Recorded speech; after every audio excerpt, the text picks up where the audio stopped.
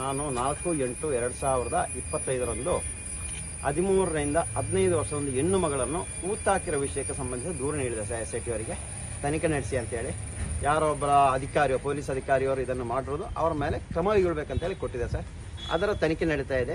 ಅದರ ಪ್ರಕಾರವಾಗಿ ನನ್ನ ಕರೆಸಿ ನನ್ನ ಎಲ್ಲ ಮಾಹಿತಿಯನ್ನು ತಗೊಂಡಿದ್ದಾರೆ. ಅದರಂತೆ ನಾನು ಮಾಹಿತಿ ಕೊಟ್ಟಿದ್ದೀವಿ. ಒಂದು 2-3 ಅವರು ಮಾಹಿತಿ ತಗೊಂಡು ಎಲ್ಲವನ್ನು ಕೊಟ್ಟೆ ಸರ್. ಅಂಥ ಸಂದರ್ಭದಲ್ಲಿ ನಾನು ಯಾರು ಅದರೊಟ್ಟಿಗೆ ಇದ್ದರು ಅವರ ಎಂಕ್ವೈರಿ ಮಾಡಲಿಕ್ಕೋಸ್ಕರ ಅವರ ವಿವರವನ್ನು ಕೊಟ್ಟಿದ್ದಾರೆ.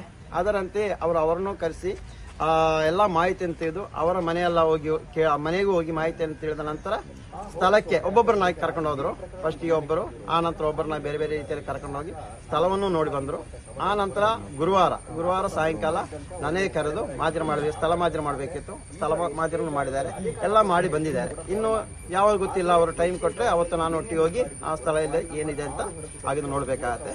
ಅಂತ ಸಂದರ್ಭ ನಾನು ಹೇಳಿದೆ, ನೋಡಿ ನಾನೇನಾದ್ರು ಸುಳ್ಳು ದೂರು ಕೊಟ್ಟಿರೋದಾದರೆ ಅದನ್ನು ತನಿಖೆ ಮಾಡಿ ಸುಳ್ಳಂತ ಇದ್ದರೆ ಇದನ್ನ ಇಲ್ಲಿ ಕ್ಲೋಸ್ ಮಾಡಬೇಕು.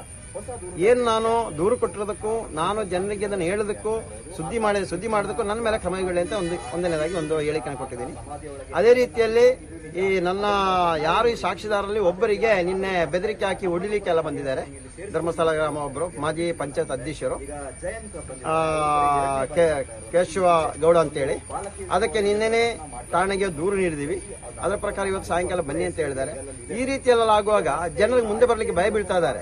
ಅದಕ್ಕೋಸ್ಕರ ಅವರ ಮೇಲೆ ಕ್ರಮ ಕೈಗೊಳ್ಳಬೇಕಂತ ಹೇಳಿ ಅದಕ್ಕೆ ಅವರು ಹೇಳಿದ್ರು ಸ್ಥಳೀಯ ಠಾಣೆಯಲ್ಲಿ ಕೊಡಿ, ನೀವು ಅದು ಕೊಡ್ಬೇಕಂತ. ಅದರ ಪ್ರಕಾರ ಸ್ಥಳೀಯ ಠಾಣೆಗೆ ನಾನು ದೂರು ಕೊಟ್ಟಿದ್ದೀನಿ ಸರ್.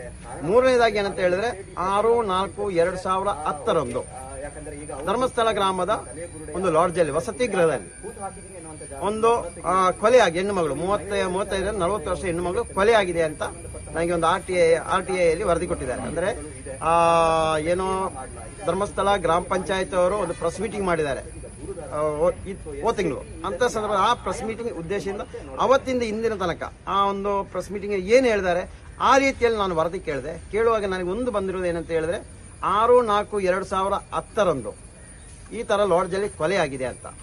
ಅದರಲ್ಲಿ ಕೊಲೆ ಮತ್ತು ಸಾಕ್ಷಿ ನಾಶ ಅಂತ ಸೆಕ್ಷನ್ ಹಾಕಿದ್ದಾರೆ.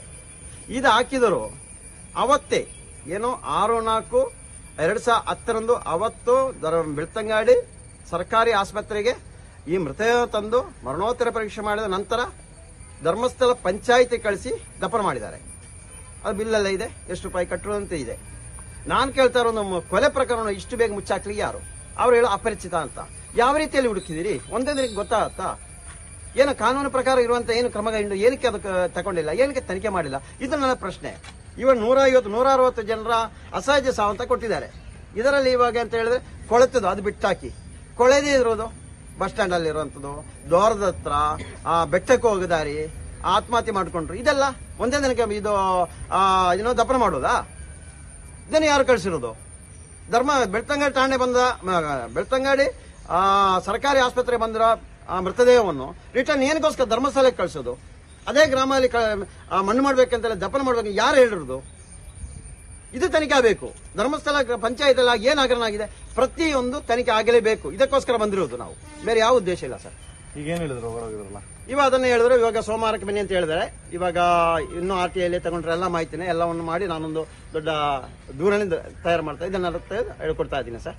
ಮತ್ತೆ ಅದನ್ನು ಕೊಟ್ಟಿದ್ದೀನಿ. ಸರಿ, ಓಕೆ, ನಾವು ದೊಡ್ಡವರಿಗೆ ಮಾತಾಡಿ ನಾವು ಕ್ರಮ ಕೈಗೊಳ್ತೀವಿ ಅಂತ ಹೇಳಿದ್ದಾರೆ. ಏನಿದ್ರು ಸರ್ ಅಲ್ಲಿ ಅಸಹಜ ಸಾವು ಇದು ಮೃತದೇಹ ಸಿಕ್ಕಿದ್ದು ಎಷ್ಟು ವರ್ಷದ್ದೆಲ್ಲ ಇದೆ ಸರ್? ನಾನು 1995 ಕೇಳಿದೀನಿ. 95 2024 ಕೇಳಿದೀನಿ ಸರ್. ಸತ್ತೋಗಿರೋರ ವಯಸ್ಸು ವಯಸ್ಸು ಒಂದು ಹೆಣ್ಮಗಳು ಇದೆ ಸರ್, ಒಂದು 15ರಿಂದ 20 ಅಂತ ಹಾಕಿದ್ದಾರೆ. ಮತ್ತೆ ಈ ಹೆಣ್ಮಕ್ಳದೆಲ್ಲ 30-40 ಅದು ಸಹಜ. ನಾನು ಹೇಳಿದಿನಲ್ಲ, ನಾನು ಕೊಟ್ಟಿರೋ ದೂರಲ್ಲೂ 13ರಿಂದ 15 ವರ್ಷ ಇದ್ರು ಅದ್ರಲ್ಲಿ ಹಾಕಿರೋದು 35-40 ಅಂತ ಹೇಳ್ತಾ ಇದ್ದಾರೆ. ಇದೇ ರೀತಿಯಲ್ಲಿ ಮಾಡಿರೋದು ಪ್ರತಿಯೊಂದು. ಅದು ಯಾರು ಅಧಿಕಾರಿ ಮಾಡಿರೋದು ಅವರ ಮೇಲೆ ಕ್ರಮ ಆಗ್ಲೇಬೇಕು. ಪಂಚಾಯತ್ ಪೊಲೀಸ್ ಇಲಾಖೆ ಯಾರಾದ್ರೂ ಕ್ರಮ ಆಗಬೇಕು. ಅದು ನಮ್ಮ ಉದ್ದೇಶ. ಮತ್ತೆ ಇನ್ನು ಹೇಳ್ತೀನಿ, ನಾವು ಯಾವ ದೇವಸ್ಥಾನ ವಿರುದ್ಧ ಅಲ್ಲ, ಯಾವ ವ್ಯಕ್ತಿ ವಿರುದ್ಧ ಅಲ್ಲ, ಕಾನೂನು ಚೌಕಟ್ಟು ತಪ್ಪು ಮಾಡಿರೋ ಶಿಕ್ಷೆ ಆಗ್ಲೇಬೇಕು. ಅದು ನಮ್ಮ ಉದ್ದೇಶ. ಅದಕ್ಕೆ ಹೋರಾಟ ಮಾಡ್ತಾ ಇದ್ದೀನಿ ನಾನು.